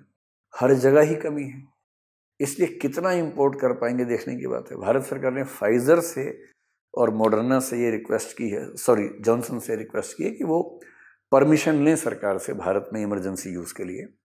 अब वो परमिशन का प्रोसेस शुरू हुआ है, हो सकता है कि आज से 1 आध महीने बाद, 2 महीने बाद फाइजर मॉडर्ना भी उपलब्ध हो जाए। बहुत महंगी वैक्सीन हैं, लेकिन ठीक है, जो लोग अफोर्ड करना चाहें उनको एक ऑप्शन के तौर पर अगर देना चाहे सरकार तो शायद दे देगी। इसका कुल मिला के मतलब क्या निकल रहा है? कुल मिला के मतलब ये है, अनुमान है ये, इसका दावा कोई नहीं कर सकता है। और ये वाला अनुमान तो एक जो बैंक भारत का सबसे बड़ा है SBI, SBI के कुछ इकोनॉमिस्ट लोग हैं, उन्होंने एक बड़ा मैथमेटिकल मॉडल बना के एक रिसर्च और निष्कर्ष निकाला। उनका निष्कर्ष ये है, कई देशों का अध्ययन किया उन्होंने और कहा कि जिस दिन 15% व्यक्तियों को 2 डोज वैक्सीन की लग जाती हैं, उस दिन हर्ड इम्यूनिटी की शुरुआत मानी जा सकती है। और इनका मानना है कि अक्टूबर 2021 तक भारत में 15% व्यक्तियों को 2 डोज और 63% व्यक्तियों को 1 डोज लग जाएगी। अभी का डेटा देखते हुए मेरा ख्याल है कि 2 डोज वाला मामला 15% को शायद अक्टूबर से पहले ही पूरा हो जाएगा, क्योंकि वो अभी ठीक स्पीड है। 12-13% का मामला तो मतलब बहुत बड़ी बात नहीं कि बन जाएगा, लेकिन हाँ, तब भी हम मान लेते हैं कि 15% डोजेस, 2 डोज 15% व्यक्तियों को जब लग जाएगी, अक्टूबर के आसपास होगा। इनका मानना है कि अक्टूबर में हम एंडेमिक के लेवल पर आ जाएंगे। सेकेंड वेव जो अभी तूफान है वो कब खत्म होगा? तो पहली वेव आपको पता है कि अगर मार्च अप्रैल से हम शुरू करें, सितंबर में वो टॉप पे चली गई थी और लगभग आप मान सकते हैं कि दिसंबर के अंतिम दौर से मार्च की शुरुआत तक एक बहुत स्टेबल लेवल, बहुत मिनिमल लेवल रहा था। तो सितंबर की शुरुआत से दिसंबर के अंत तक का समय था जिसमें वेव नीचे गई थी। इसका मतलब है कि आप मोटे तौर पर 4 महीने मान लीजिए, 3.5 महीने मान लीजिए। इस बार क्योंकि इन्फेक्शंस का लेवल पिछली बार की तुलना में कम से कम 2-3 गुना ज़्यादा दिख रहा है, तो मान लीजिए थोड़ा सा समय और ज़्यादा लग जाएगा। तो मोटा मोटा मान के चलिए कि जिस दिन ये फ्लैट होना शुरू होगा, जो कि आज रिपोर्ट है कि होना शुरू हुआ है कई राज्यों में, 3 से 4 महीने में चीज़ें एक मिनिमम लेवल पे आ जानी चाहिए। यानी कि अगर मान लें कि 15 मई के आसपास टॉप लेवल है, जो कि बहुत लोग कह रहे हैं कि 15 मई को इसका पीक आने वाला है, तो आप मोटा मोटा मान लीजिए करीब 4 महीने, यानी कि जून, जुलाई, अगस्त, सितंबर, 15 सितंबर, यानी कि 1 सितंबर से 30 सितंबर के बीच में शायद हम फिर से उस लेवल पर आ जाएंगे जहां चीज़ें बहुत कंट्रोल में आ जाती हैं। और क्योंकि इस बार वैक्सीनेशन भी चल रहा है, तो वैक्सीन के थ्रू भी थोड़ा सा फायदा होगा, एंटीबॉडीज बनेंगी, इम्यून होंगे लोग। तो मोटा मोटा मान के चलिए कि अगस्त या 1 सितंबर मान ली, अगस्त सितंबर के आसपास हम जो सेकेंड वेव का बहुत दबाव है उससे बाहर निकलेंगे। कंट्रोल सेकेंड वेव के ऊपर हमारा हो जाना चाहिए। ये अनुमान आमतौर पे जो वैज्ञानिक लोग हैं वो इस तरह के अनुमान रख रहे हैं, तो हम मोटे तौर पर इसी को मान लें। और पूरा वैक्सीनेशन कब हो जाएगा? तो अगर भारत के लगभग सब लोग चाहेंगे वैक्सीन लगवाना, तो मान के चलिए कि 2022 के मध्य तक ये हो जाना चाहिए। इस बीच में शायद बच्चों की वैक्सीन भी आ जाएगी। अमेरिका में आजकल प्रयोग चल रहे हैं, बच्चों की वैक्सीन आएगी तो फिर कुछ कंपनियां उसको भी प्रोड्यूस करेंगी। इस बीच में बहुत सारी कंपनियां कोशिश कर रही हैं, तो प्रोडक्शन बढ़ना ही बढ़ना है, बच्चों की वैक्सीन का भी बढ़ेगा।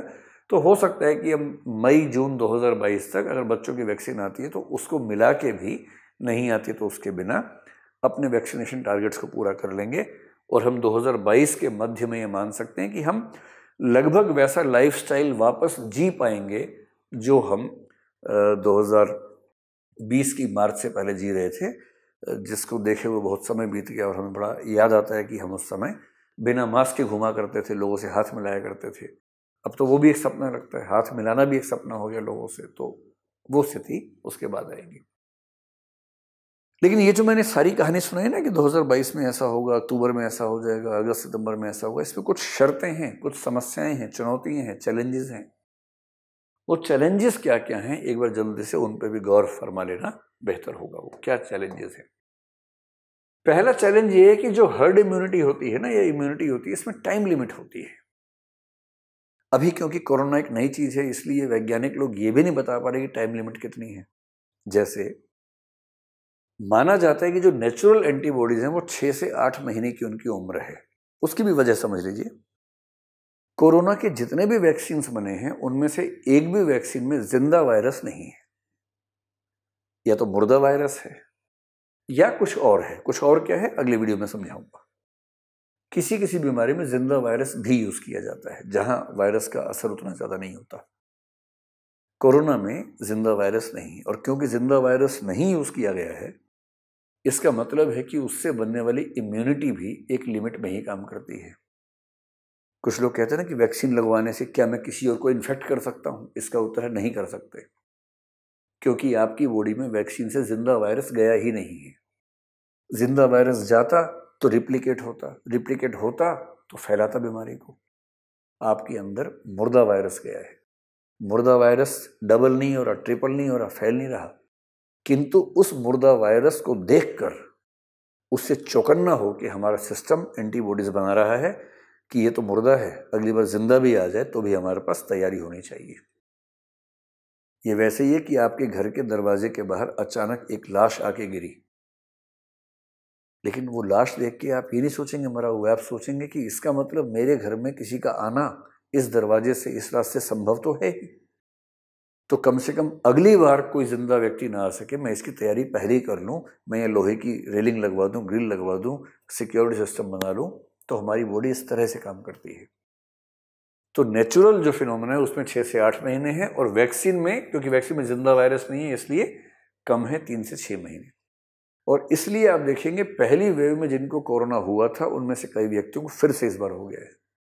एंटीबॉडीज बनी थी पर उनकी उम्र तो कम थी, खत्म हो गई थी।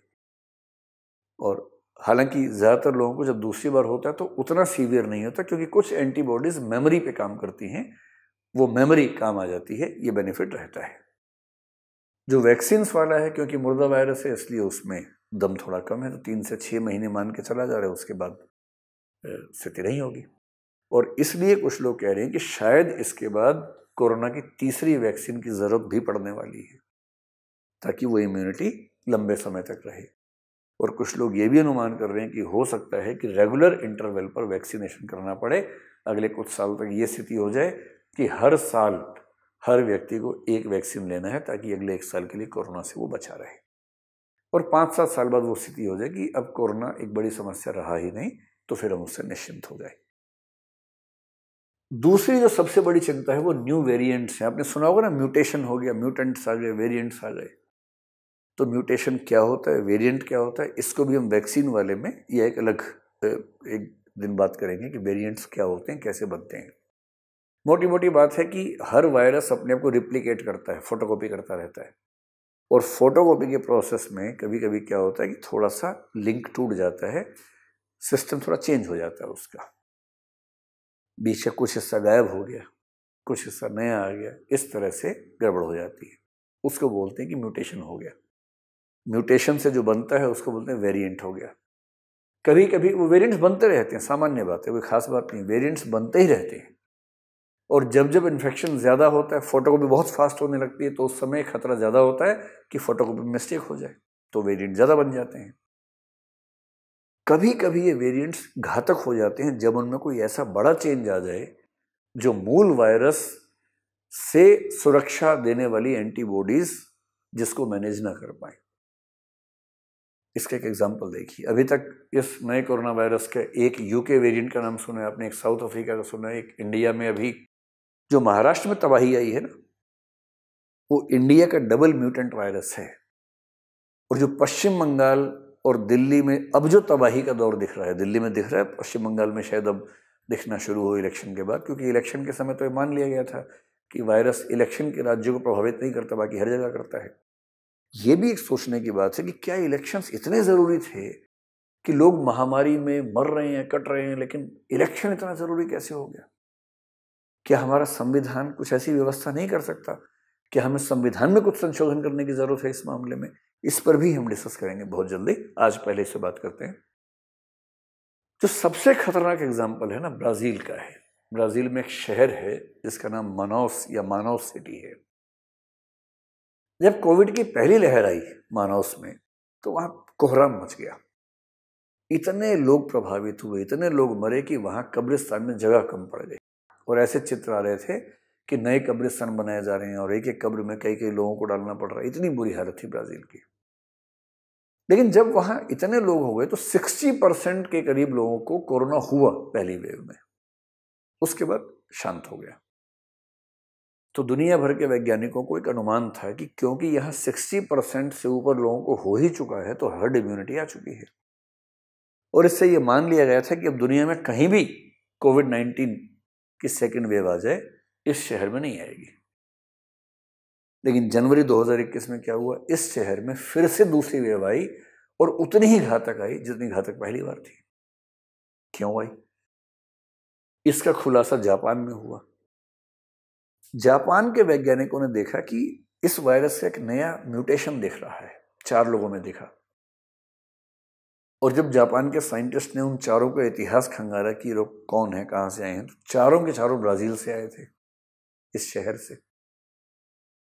तब कहा गया कि वो एक नया वेरिएंट है जो ब्राजील से आया, उसका नाम पड़ गया ब्राजील वेरिएंट। और ब्राजील के अंदर बोलते हैं उसको मानोस वेरिएंट। इस वेरिएंट ने इतनी तबाही मचा दी ब्राजील में, जबकि उसी शहर के लोग कोविड से पहले एंटीबॉडीज बना चुके थे, पर वो वेरिएंट इतना अलग था कि पहले की एंटीबॉडीज एक तो टाइम भी हो गया था, कमजोर भी हो गई थी, दूसरा इस वेरिएंट पे काम नहीं कर रही थी, फिर तबाही आ गई। और इसका मतलब ये हुआ कि जब तक नए नए वेरिएंट्स बनते रहेंगे तब तक ये चिंता रहेगी। और वेरिएंट्स क्यों बनते हैं, उससे कैसे बचा जाए, इसका एक ही तरीका हो सकता है, अगर पूरी दुनिया में एक साथ वैक्सीनेशन कर देंगे तो नए वेरिएंट का स्कोप रहेगा नहीं। अगर हमने कुछ देशों में वैक्सीनेशन कर दिया, कुछ में नहीं किया, जहां जहां वैक्सीनेशन नहीं हुआ वहां फोटोकॉपी हो रही है लगातार, और वहां वेरिएंट्स बनते रहेंगे। और एक नया वेरिएंट अगर बन गया और किसी देश में एक बार वो आ गया, उस पूरे देश को तबाह कर देगा। सेकेंड वर्ल्ड वॉर के सैनिक जब लौटे थे ना, उन्हीं में से कुछ सैनिक भारत में आए थे, बॉम्बे में, वही स्पेनिश फ्लू लेके आए थे, बॉम्बे फ्लू जिसको कहा गया। 2.25 करोड़ व्यक्ति मरे थे उस साल। एक कवि हैं निराला नाम के, वो उन्होंने कविता में लिखा है कि पूरी गंगा लाशों से भरी हुई है, जलाने के लिए लकड़ियां कम पड़ गई थी लाशों को, लोगों ने अपने अपने परिजनों को नदी में बहा दिए, गंगा नदी में फेंक दिए, जहां जहां जो नदी मिली फेंकते गए। ये हाल हुआ था। अब फिर वही हाल इसलिए हो रहा है कि वैक्सीन तो कुछ ही लोगों के पास है, फिर वैक्सीन नेशनलिज्म चल रहा है। अमेरिका कह रहा है कि हम केवल अमेरिकन फर्स्ट, पहले उन पर ध्यान देंगे। यूरोप खुद पे ध्यान दे रहा है। भारत में भी अब कोशिश चल रही है। शुरू में कुछ देशों को वैक्सीन दी गई, पर वो भी क्या था, वैक्सीन डिप्लोमेसी थी। उन देशों को देंगे जिन देशों को देने से हमें फायदा होता हो, हमारे अंतर्राष्ट्रीय संबंध सुधरते हों। और ये केवल भारत की बात थोड़ी ना है, ये ठेका किसी एक देश का नहीं है कि वो दुनिया भर को वैक्सीन सप्लाई करेगा। अंतर्राष्ट्रीय मंचों पे होना ये चाहिए कि सब देश मिलकर एक वेल कोऑर्डिनेटेड एफर्ट करते कि दुनिया भर में वैक्सीन का डिस्ट्रीब्यूशन ठीक तरीके से हो, जो कि अभी नजर नहीं आ रहा है। और यदि आपने एक देश में हर्ड इम्यूनिटी पैदा कर भी ली ना, वो दरअसल बहुत काम की है नहीं, क्योंकि जिस दिन दूसरे देश में नया वेरिएंट आ गया और उस वेरिएंट का एक व्यक्ति आपकी भीड़ में आ गया, मामला खत्म है। उसके बाद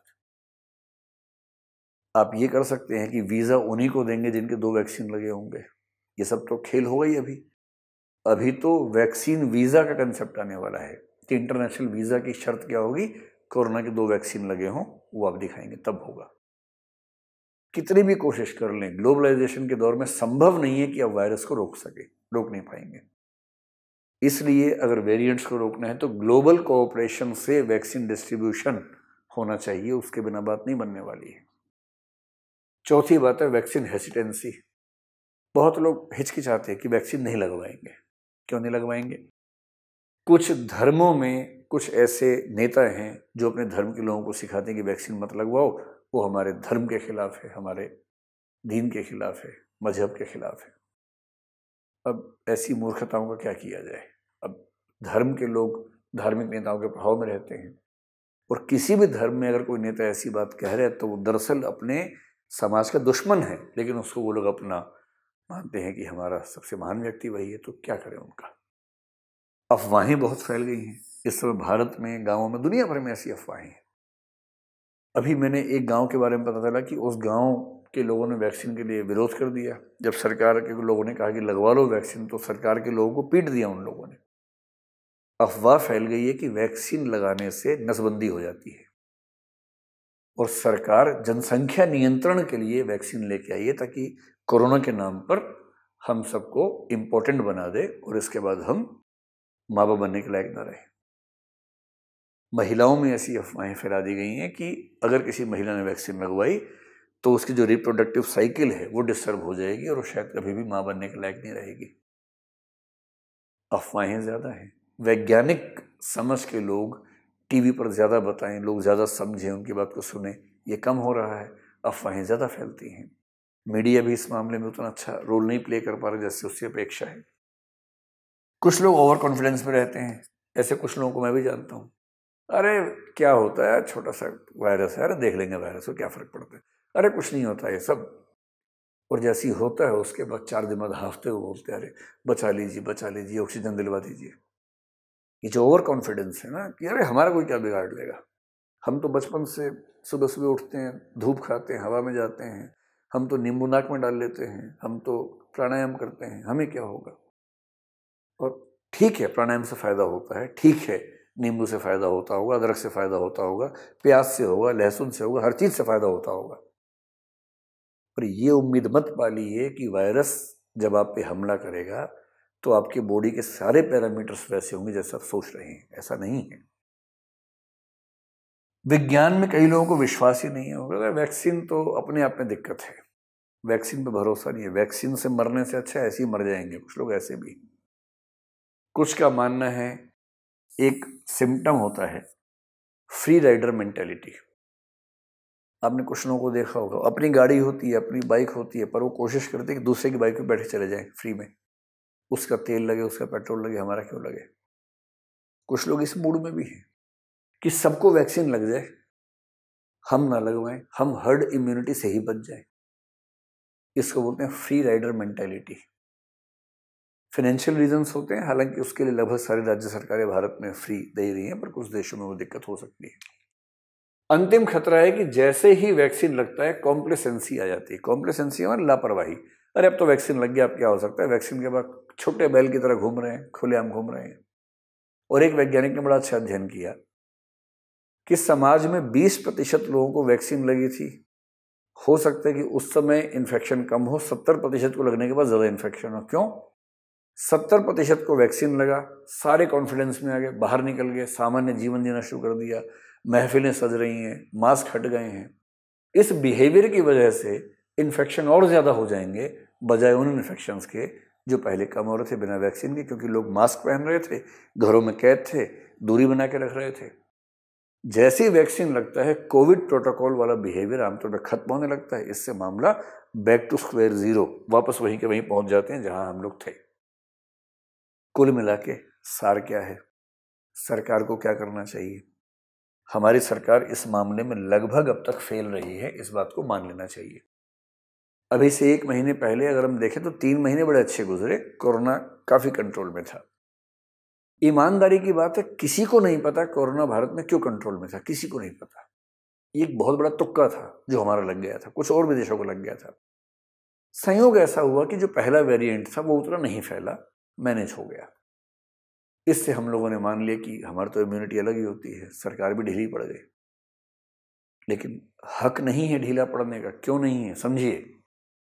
सबसे पहला काम सरकार को जो करना है, प्रॉपर जीनोम सीक्वेंसिंग करनी है। जीनोम सीक्वेंसिंग अकेला तरीका है जिससे पता लगता है कि नया वेरिएंट आया है या नहीं आया है। आया है तो तुरंत पकड़ में आ जाता है, तुरंत हम उस पर रिसर्च करके वैक्सीन बना सकते हैं उसके हिसाब से। भारत सरकार ने टारगेट लिया था कि 5% केसेस की जीन सीक्वेंसिंग करेंगे, यानी उसके पूरे जीन का सीक्वेंस हम स्टडी करेंगे, क्योंकि वो सीक्वेंस अलग होने से ही वेरिएंट्स बनते हैं, या जो म्यूटेशन होता है वो सीक्वेंस में अलग हो जाना वही म्यूटेशन है। टारगेट था कि 5% केसेस में करेंगे, और सच ये है कि हम 1% केसेस में भी अभी तक जीन सीक्वेंसिंग नहीं कर रहे हैं। अब इसकी जो भी वजह हो, रिसोर्सेस कम है, सिस्टम फेल हो रहा है, जो भी हो रहा है, लेकिन इसका मतलब है कि हम अभी स्थिति मैनेज हो जाए, नए वेरिएंट्स को लेके अंधे रहें, उस पर ध्यान ना दें, ये अप्रोच है। इस अप्रोच से काम नहीं चल सकता है। इसलिए कई वैज्ञानिक भारत सरकार से बार बार कह रहे हैं कि जब तक आप जीन सीक्वेंसिंग में ध्यान नहीं देंगे तब तक बात नहीं बनेगी, और ये बात हमें समझने की जरूरत है। वैक्सीनेशन जितना जल्दी हो सके होना चाहिए, कैपेसिटी बढ़ाएं, इंपोर्ट करें, जो करें, कोई भी वैक्सीन मिले लगवा लीजिए। ये मत सोचिए कि ये वैक्सीन अच्छी है कि वो अच्छी है, इस पर बात कर लेंगे अलग से, लेकिन अभी सच ये है कि कोई भी वैक्सीन लगवा लीजिए, वो बेहतर है, डरने की बात नहीं है। लोगों को मोटिवेट करना है, क्योंकि बहुत सारे लोग इस मूड में है कि वैक्सीन नहीं लगवाएंगे। बहुत सारे लोगों को लग रहा है कि नसबंदी हो जाएगी उनकी वैक्सीन से, बहुत लोगों को लग रहा है कि धर्म के खिलाफ है। उन सबको समझाना है, उन सबको कन्विंस करना है, उन्हीं के जीवन के लिए कन्विंस करना है कि वो बचें और इस मामले में देश का, समाज का साथ दें। नो सुपर स्प्रेडर इवेंट्स, हमने बहुत बड़ी बड़ी गलतियां की हैं पिछले 2-3 महीने में। एक तो बिहार के इलेक्शंस के बाद कॉन्फिडेंस आ गया कि इलेक्शन से कोई दिक्कत नहीं होती है। अब जो इन 5 राज्यों में इलेक्शंस हुए हैं ना, पश्चिम बंगाल में, असम में, तमिलनाडु में, केरल में और पुदुचेरी में, अब देखिएगा, क्योंकि ऐसे इवेंट्स के 10 दिन के बाद समझ में आता है, जब रिपोर्ट्स आने लगती हैं, केसेस बनने लगते हैं, हॉस्पिटल्स में दिक्कत होने लगती है। इस समय कुंभ के बिना काम चल सकता था। सरकार ने जो कुंभ के बीच में इंटरवेंशन किया, पहले कर लिया होता तो शायद और अच्छा होता। इस समय क्रिकेट के मैचेस की जरूरत नहीं थी, इंडिया इंग्लैंड की सीरीज की जरूरत नहीं थी, वो भी शुरुआत में ऑडियंस के साथ। क्या जरूरत थी? छत्तीसगढ़ में सब ठीक चल रहा था, लेकिन उस समय पता नहीं क्या ख्वाब किसी के मन में आया कि वहां पर लीजेंड्स की एक सीरीज करवा दी रायपुर में। और छत्तीसगढ़ इस समय इतनी बुरी हालत में है। ओडिशा कह रहा है कि छत्तीसगढ़ की सीरीज के चक्कर में ओडिशा भी बर्बाद हो गया, क्योंकि उनका जो वेस्ट ओडिशा वाला एरिया है वो उसे टच करता है। क्या जरूरत थी? क्रिकेट मैच क्या एक साल नहीं रुक सकते? क्या इलेक्शंस एक साल नहीं रोक सकते? क्या हम संविधान में संशोधन नहीं कर सकते? क्या सुप्रीम कोर्ट इंटरवेंशन नहीं कर सकता था इस मामले में? क्या कुंभ का मेला, जो साधु लोगों ने प्रधानमंत्री की अपील पर बाद में फैसला किया, क्या वो पहले नहीं हो सकता था? क्योंकि हम लोग कॉम्प्लेसेंट थे, हमने उस पर ध्यान नहीं दिया, उतना सीरियसली उन चीजों को लिया नहीं। अभी प्रशासन चलना चाहिए मेडिकल एक्सपर्ट्स के ओपिनियन से। अभी हो क्या रहा है कि मेडिकल एक्सपर्ट्स को बार बार लगता है कि उनकी बात केवल सलाह के रूप में होती है, उनकी बात को स्वीकार नहीं किया जाता। अरे भाई, कुछ दिनों के लिए मेडिकल एक्सपर्ट्स की बात को ज़्यादा महत्व दे दीजिए। इकॉनमी ठीक है, दिक्कत में है, 6 महीने बाद संभल जाएगी। जिंदा रहेंगे तो कमा भी लेंगे ही लोग। जिंदा तो रहें, पहले जिंदगी तो कुछ कीजिए। और अंतिम बात है कि कुछ लीगल कॉन्स्टिट्यूशनल रिफॉर्म्स करने चाहिए, ताकि भविष्य में ऐसी कोई समस्या है तो हम पहले से तनाव हो। हमारे कॉन्स्टिट्यूशन को भी कुछ एंटीबॉडीज की ज़रूरत है ऐसी किसी अवस्था को फिर से संभालने के लिए, क्योंकि हमारा संविधान बनने के बाद पहली बार इतनी बड़ी महामारी आई है। तो अब संविधान को भी एडजस्ट होना होगा कि अगली बार कोई महामारी है तो उसके लिए हम पहले से कैसे तैयार रहें, क्या कानून होने चाहिए। अंतिम बात है कि हमारी जिम्मेदारियां क्या हैं, और असली पर्पस इस सीरीज का यही है कि नागरिक के तौर पर मैं अपनी और आपकी जो जिम्मेदारी है उनको समझने का प्रयास करूं। सबसे पहली जिम्मेदारी यही है कि हम सब लोग वैक्सीनेटेड हों, वैक्सीन लगवाएं जितना जल्दी हो सके। और दूसरा है कि अपने आसपास जो लोग हैं उनको भी कन्विंस करें, समझाएं कि वैक्सीन बहुत ज़रूरी है, पीछे ना हटें। केवल उनके फ़ायदे में नहीं है, उनको वैक्सीन लगेगा तो वो किसी और को भी नहीं फैला पाएंगे। सबके फ़ायदे में कि वैक्सीन लगवाएं। अभी कुछ समय तक कोई आउटिंग्स मत कीजिए। अगर बहुत ज़रूरी काम नहीं है, केवल ज़रूरी काम के लिए घर से निकलना चाहिए, वरना घर में रहिए। इससे बड़ा कोई वरदान नहीं है। डिस्टेंस मेंटेन कीजिए, कोविड प्रोटोकॉल को पूरा मानना है। और जो लोग आपके आसपास परेशान हैं, कोई आर्थिक समस्या हो सकती है, कोई दूसरी समस्या हो सकती है, अपने आसपास पड़ोस धर्म निभाने का समय है, उनकी मदद कीजिए। जितनी मदद आप कर सकते हैं वो मदद कीजिए।